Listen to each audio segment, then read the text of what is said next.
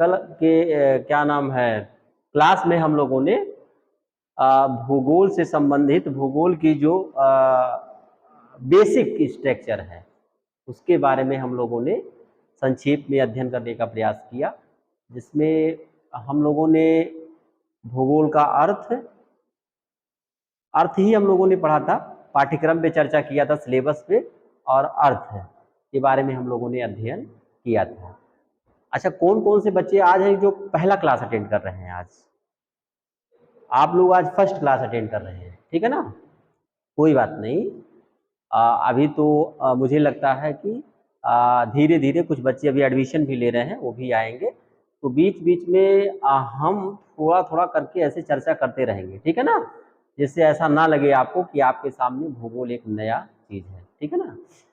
तो 2 मिनट में हम लोगों को पीछे का जो एक क्या नाम है एक ग्लिम्स है उसको हम बताने का प्रयास करेंगे आप लोगों को, कि जैसे भूगोल जो है हम लोगों को प्रथम सेमेस्टर में 2 प्रश्न पत्र पढ़ने होंगे। एक फर्स्ट प्रश्न पत्र हमारा जो है पेपर है फंडामेंटल ऑफ जियोग्राफी है, और जो सेकंड पेपर है वो फिजिकल जियोग्राफी है। देखो, पेपर का नाम तो हर बच्चे को आना चाहिए, याद होना चाहिए। कभी भी हम पूछ लेंगे आप लोगों से कि पेपर का नाम बताइए, ठीक है ना? सेमेस्टर वाइज पेपर का नाम बताइए।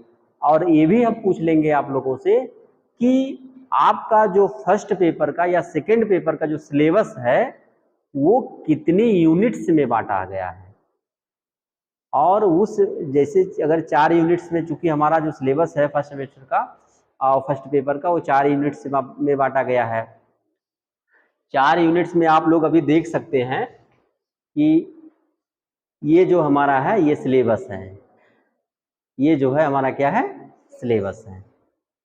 ये 4 यूनिट में बटा है सिलेबस हमारा, और चारों यूनिट में क्या क्या चीजें हैं, कौन कौन सी टॉपिक हैं, किन टॉपिक का हमको अध्ययन करना है।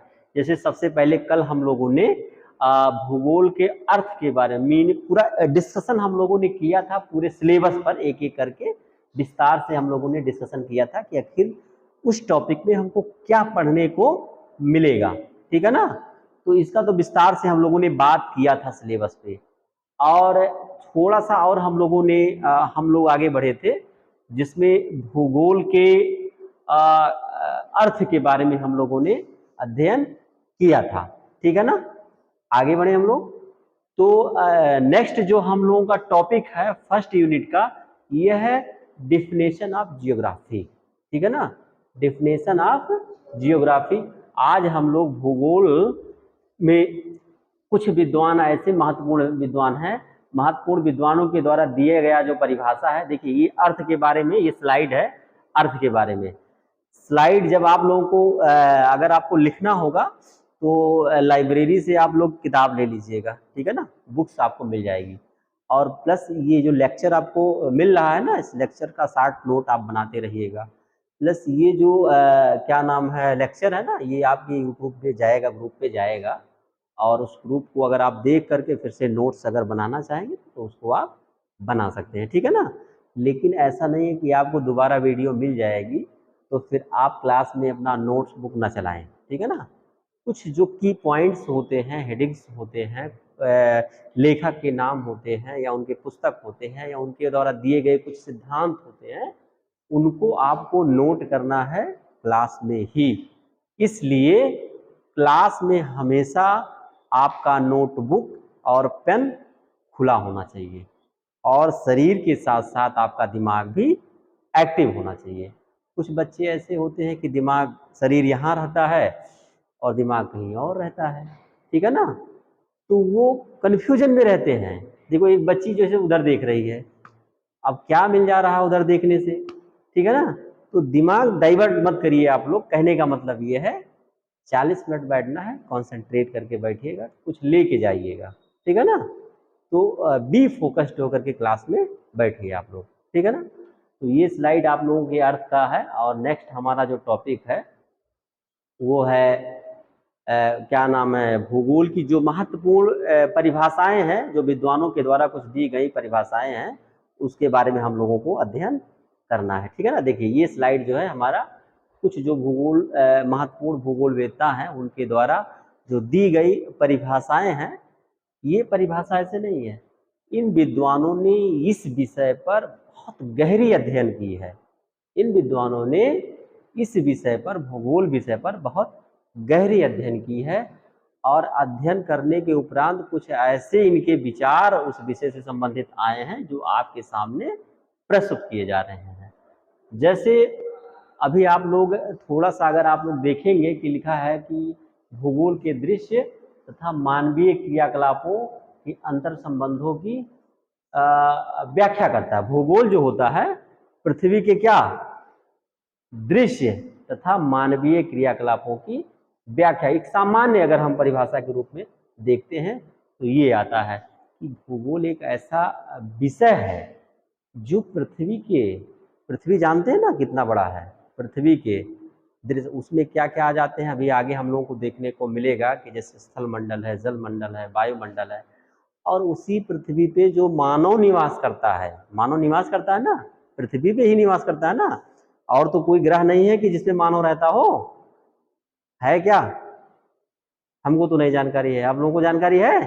चलिए ठीक है, पृथ्वी ही एक ऐसा ग्रह है, इसके बारे में, ग्रह के बारे में भी हम लोग पढ़ेंगे अभी आगे की क्लासों में। यही एक ऐसा ग्रह है जिसपे मानव निवास करता है। तो मानव निवास करेगा तो मानव की बहुत सारी गतिविधियां भी तो होंगी, होती है कि नहीं? कौन कौन सी गतिविधियां होती है उसके बारे में हम लोग बात करेंगे, ठीक है ना। तो मानवीय क्रियाकलापों के अंतर संबंधों का अध्ययन करता कौन करता है? भूगोल करता है। भूगोल दृश्य, जो पृथ्वी का दृश्य भाग है हम लोग जिसको देख पा रहे हैं, और उसमें जो मानव रहता है उसके क्रियाकलापों के अंतर संबंधों का अध्ययन करता है। एक सामान्य परिभाषा है और इसके बहुत सारे जो सबसे कुछ महत्वपूर्ण जो भूगोलवेत्ता रहे हैं उनके द्वारा जो दी गई परिभाषा, कुछ चीजें आएंगी बार बार आपके सामने आएंगी, बार बार आएंगी आपके सामने, ठीक है ना। तो वारेनियस एक भूगोलवेत्ता थे, 18वीं शताब्दी के एक बहुत महत्वपूर्ण भूगोलवेत्ता थे वारेनियस। ये देखिए क्या कहते हैं भूगोल के बारे में। भूगोल अपना ध्यान पृथ्वी की सतह पर, भूगोल अपना ध्यान पृथ्वी की सतह पर केंद्रित करता है। पृथ्वी की सतह पर केंद्रित करता है कौन? भूगोल अपना ध्यान। और पृथ्वी की सतह का मतलब केवल यही सरफेस नहीं, पृथ्वी के अंदर भी जो आंतरिक संरचना है, पृथ्वी के ऊपर जो वायुमंडलीय संरचना है, ये सब मिल करके पृथ्वी सतह बनता है, ठीक है ना। भूगोल अपना ध्यान पृथ्वी की सतह पर केंद्रित करता है, जहां क्या है? जलवायु है। देखिए क्या आ गया? जलवायु। जलवायु वायुमंडल से मिल करके बनता है ना, वायुमंडल में बहुत सारे तत्व होते हैं जिससे मिल करके क्या बनता है? जलवायु। जो घटनाएं होती है कहाँ होती हैं? वायुमंडल में होती हैं। जलवायु की जितनी भी घटनाएं होती है, क्रियाएं होती हैं, ठीक है ना। इसलिए हमारे कहने का मतलब ये है कि पृथ्वी सतह का मतलब वायुमंडल भी और पृथ्वी की जो आंतरिक संरचना है वो भी। आंतरिक संरचना के बारे में भी हम लोग आगे पढ़ेंगे, वायुमंडल के बारे में भी आगे हम लोग पढ़ेंगे, ठीक है ना।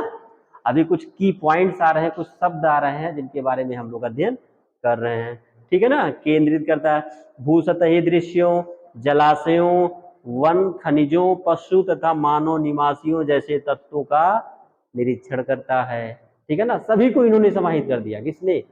वारेनियस ने। वारेनियस ने इसमें अपने भूगोल अपना ध्यान पृथ्वी की सतह पर केंद्रित करता है, जहां पे बहुत सारी चीजें होती हैं। देखो क्या क्या होती है, सारी बातें आप लोगों ने अभी देखा ना। निरीक्षण करता है सबका कौन? भूगोल करता है। जर्मन भूगोलवेत्ता, जर्मन भूगोलवेत्ता कौन थे ये? अलेक्जेंडर वान हम्बोल्ट, जिसे आधुनिक भूगोल का जनक कहा जाता है। अभी पिछली कक्षा में आप लोगों ने पढ़ा होगा, पढ़ा था कि नहीं? पिछली कक्षा में आप लोगों ने पढ़ा कि अलेक्जेंडर वान हम्बोल्ट जो जर्मन भूगोलवेत्ता थे, उन्हें आधुनिक भूगोल का जनक। ये हम इनको जर्मन क्यों कहते हैं, इनको अमेरिकन क्यों कहते हैं, इनको फ्रांसीसी क्यों कहते हैं?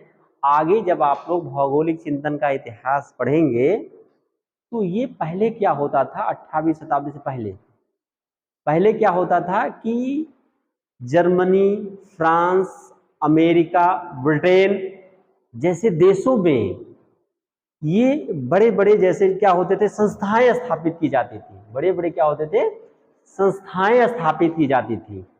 और जैसे वहां उन संस्थाओं में स्कूल एक होता था, उसमें डिपार्टमेंट होते थे, जैसे होता ना कि जैसे लखनऊ विश्वविद्यालय है या और कोई विश्वविद्यालय है, उसमें एक जो है विभाग, बहुत बड़ा विभाग क्या है, भूगोल विभाग है, ठीक है ना, और सारे विभाग होते थे।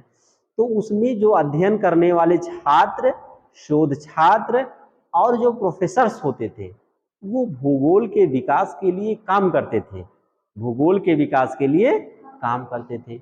अब देखिए, सबसे जो प्रसिद्ध भूगोल वेदता रहे, जिनका नाम हम लोग पढ़ रहे हैं, जैसे यूनानी थे, फ्रांसीसी थे, जर्मन थे, अमेरिकन थे, ब्रिटिश थे, बहुत सारे भूगोल वेदता जिन्होंने भूगोल के विकास के लिए बहुत बड़े पैमाने पे कार्य किया है। तो उनमें से कुछ लोगों का नाम हमारे सामने अभी आ रहा है, जिसमें भूगोल के क्षेत्र में बहुत बड़ा काम करने का जो श्रेय जाता है वो जाता है अलेक्जेंडर वान हम्बोल्ट को, जिसे आधुनिक भूगोल का जनक। देखते हैं भूगोल के बारे में इन्होंने क्या कहा, भूगोल के बारे में इन्होंने क्या कहा। इसने, हम्बोल्ट ने, भूगोल प्रकृति के अध्ययन से संबंधित, चूंकि जो ये हम्बोल्ट महोदय थे ये प्रकृतिवादी थे, ये क्या थे, प्रकृतिवादी। एक अभी आपका को एक विचारधारा आगे मिलेगी, बाद मिलेगा, जैसे निश्चयवाद, संभववाद और नव निश्चयवाद। हाँ बेटा, बैठ जाओ बैठ जाओ, ज्योग्राफी के बच्चे बैठ जाओ, बहुत सारे बच्चे नहीं जानते हैं ना, इसलिए हम लोग है कि जितने भी भूगोल के बच्चे आप लोगों के साथ में कुछ मिलते जुलते भी रहे ना, तो पूछ लिया करो कि आपका ज्योग्राफी की क्लास हुआ कि नहीं हुआ, आपके साथी सहपाठी हैं, आपके भाई बहन हैं, हाँ, उनका भी हित हो जाए, ठीक है ना, कि आके के वो यहाँ चक्कर लगाते रहें और क्लास उनको पता नहीं चल पाए।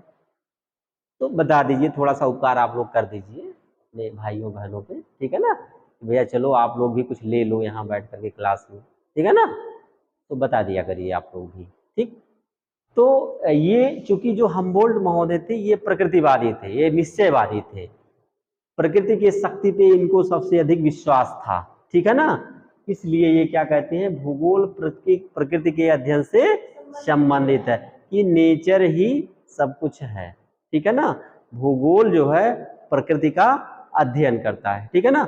ये परिभाषाएं आप लोगों की परीक्षा में भी पूछा जाएगा, लिखेगा निम्नलिखित में से भूगोल का अर्थ एवं परिभाषाओं का सविस्तार अध्ययन की मतलब लिखिए, विस्तार से लिखिए, ठीक है ना।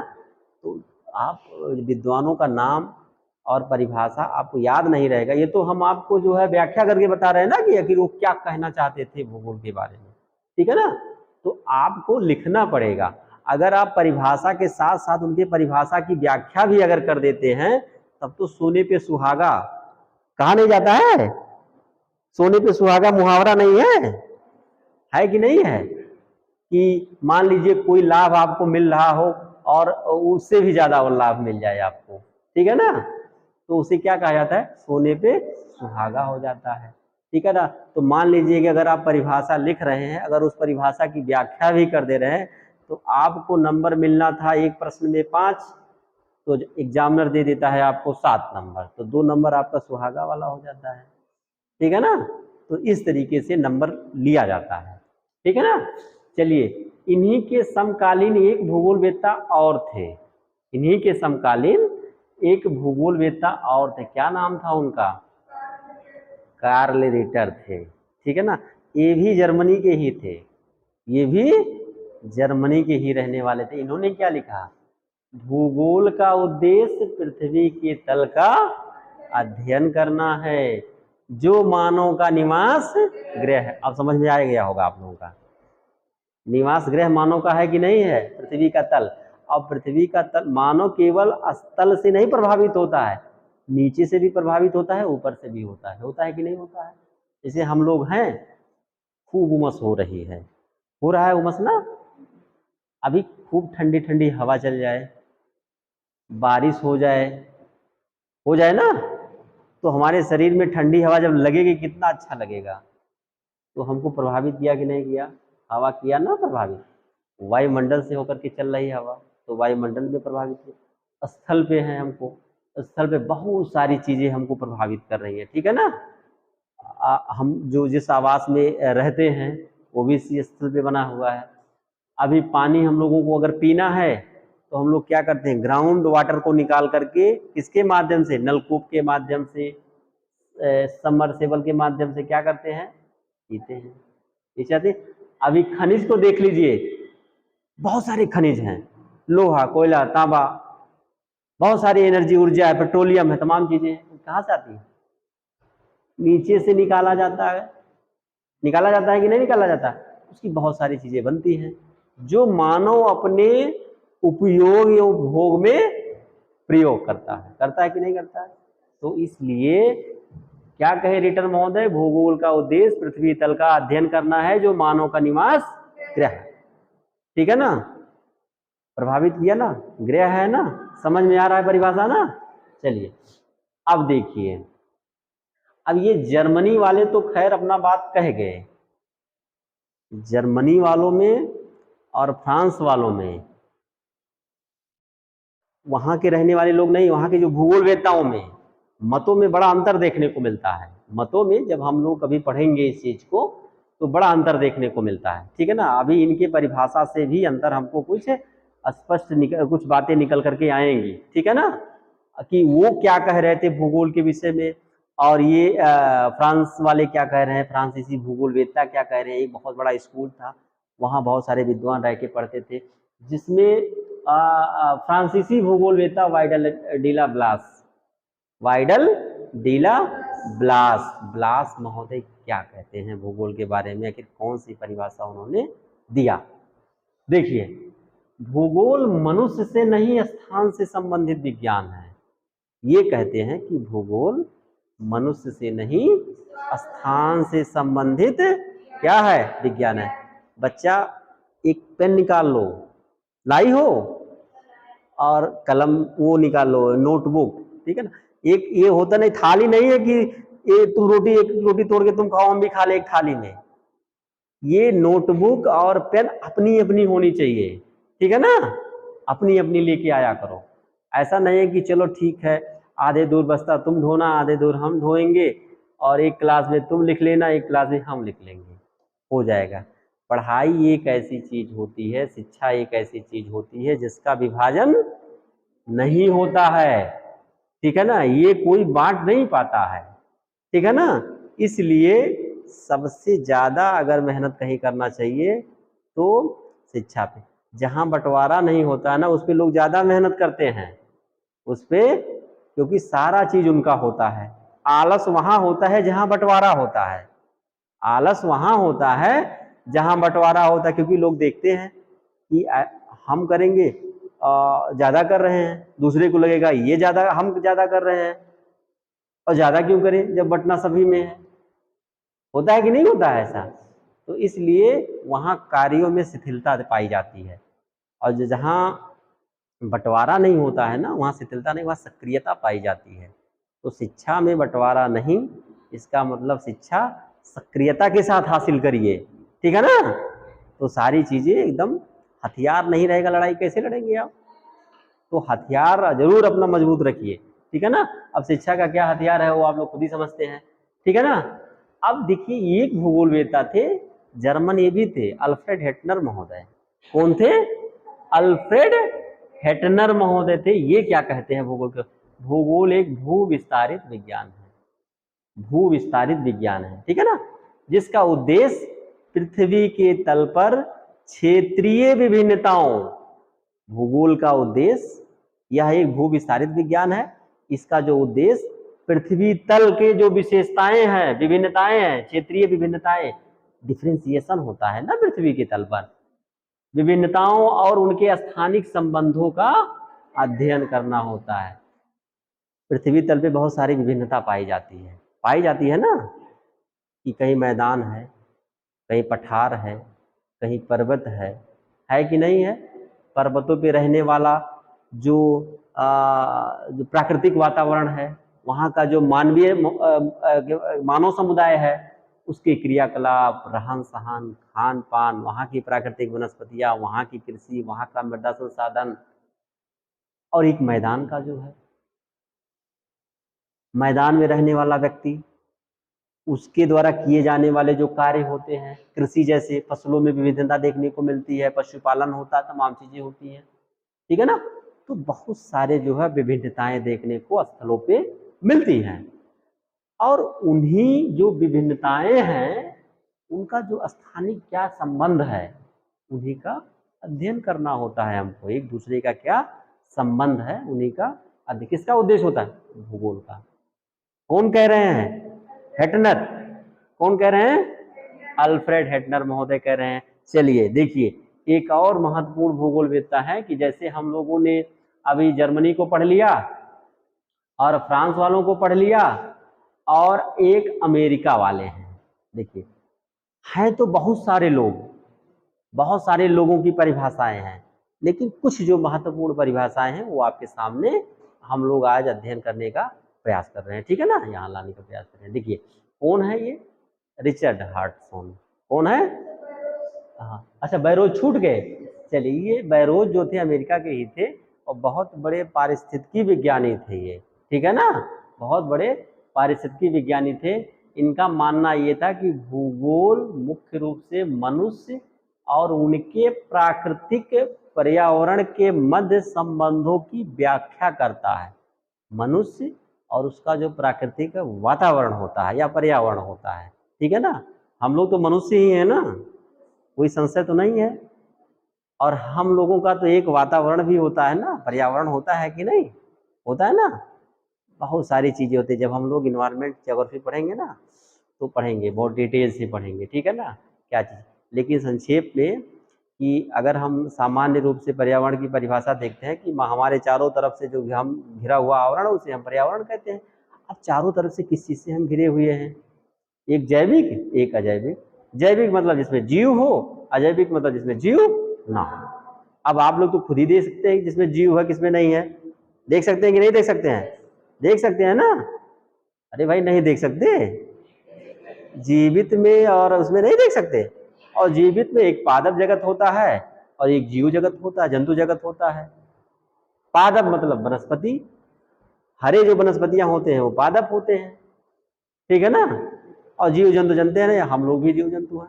जीव हम लोग, एक जानवर भी मिल जाएंगे आपको, कीड़े मकोड़े तमाम चीज, ये जंतु जगत में आते हैं ना।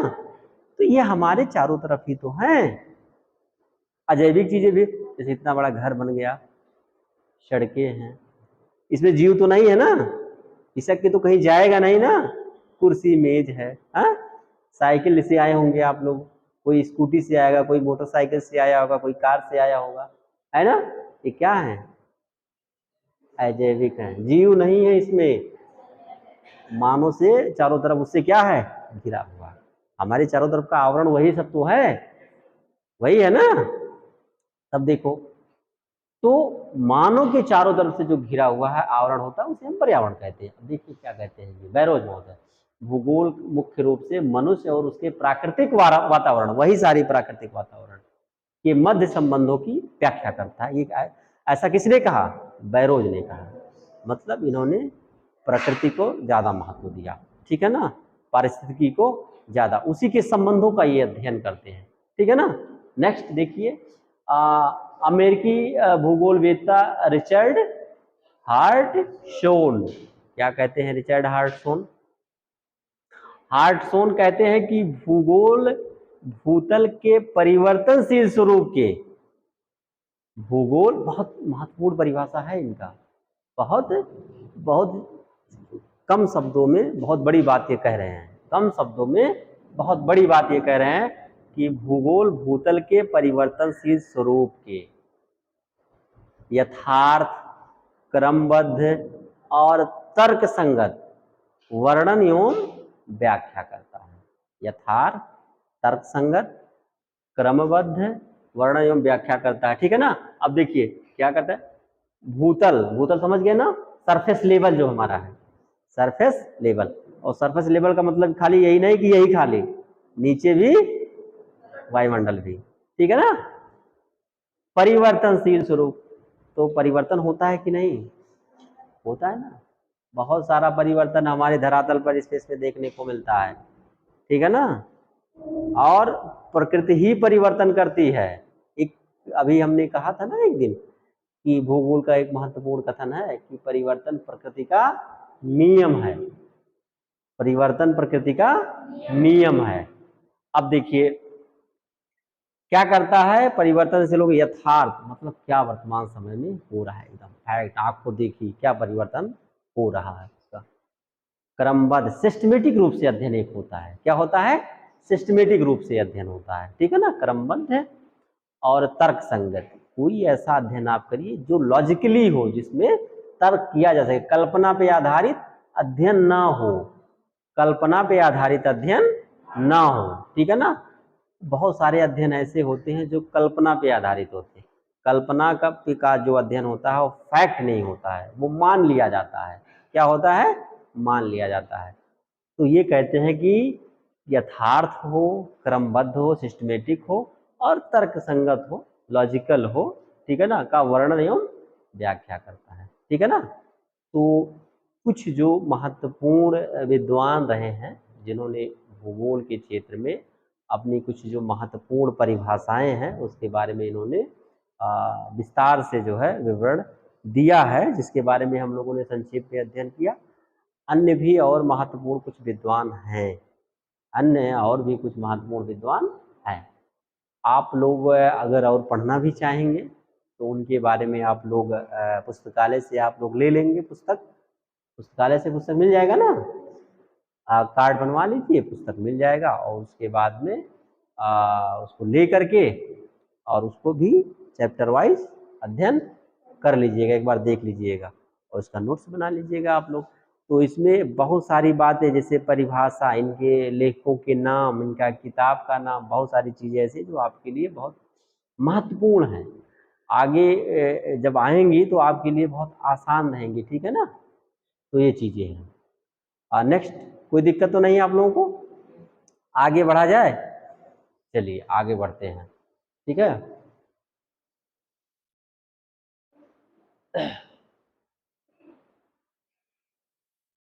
क्या हुआ बच्चों? देखिए एक चीज ये है, सारे बच्चों का साइन हो गया उस पर। आप लोग ऐसा कि कोई चीज जाए ना तो उसको हैंड ओवर करते जाइएगा, एक से दूसरे तक बढ़ाते हुए जाना चाहिए, ठीक है ना। नेक्स्ट टॉपिक है हम लोगों का अर्थ, हम लोगों ने देख लिया, परिभाषाएं महत्वपूर्ण देख ली। नेक्स्ट है कि विषय क्षेत्र क्या है। विषय क्षेत्र किसका? विषय क्षेत्र भूगोल का, ठीक है ना। आखिर भूगोल किसका अध्ययन करता है? भूगोल किसका अध्ययन करता है, ठीक है ना। तो भूगोल का जो विषय क्षेत्र है उसमें अगर अभी हम लोगों देखेंगे आगे बहुत सारी बातें आएंगी, तो उसमें देखिए सबसे पहले क्या है, विषय क्षेत्र इसलिए दिया जाता होता है कि आखिर वह जो भूगोल विषय वो किन किन चीज़ों का अध्ययन करता है, किन किन चीज़ों का अध्ययन करता है। जैसे आपको कोई पूछ ले, ऐसे ही कोई पूछ ले, भैया आप भूगोल पढ़ते हैं तो भूगोल किन चीज़ों का अध्ययन करता है, किसका अध्ययन करता है? भाई आप किसी विषय का नाम जब लेते हैं तो आपके दिमाग में एक इमेज बनता है ना। जैसे कोई कहा कि हिस्ट्री, इतिहास, तो आपके दिमाग में एक इमेज बन जाएगा, अच्छा हमको ये चीज़ जानने को मिलेगा। बनता है कि नहीं बनता है? बनता है ना, कि हमको पूरा पीछे से की पूरी कहानियाँ सुनने को मिलेंगी, जो घटनाएं हैं अतीत की घटनाएं हमको सुनने को मिलेंगी, है ना। ऐसा है ना। कोई कहा कि सोशियोलॉजी का अध्ययन करना है, पूरा समाज के बारे में हमको अध्ययन करने को मिलेगा, है ना।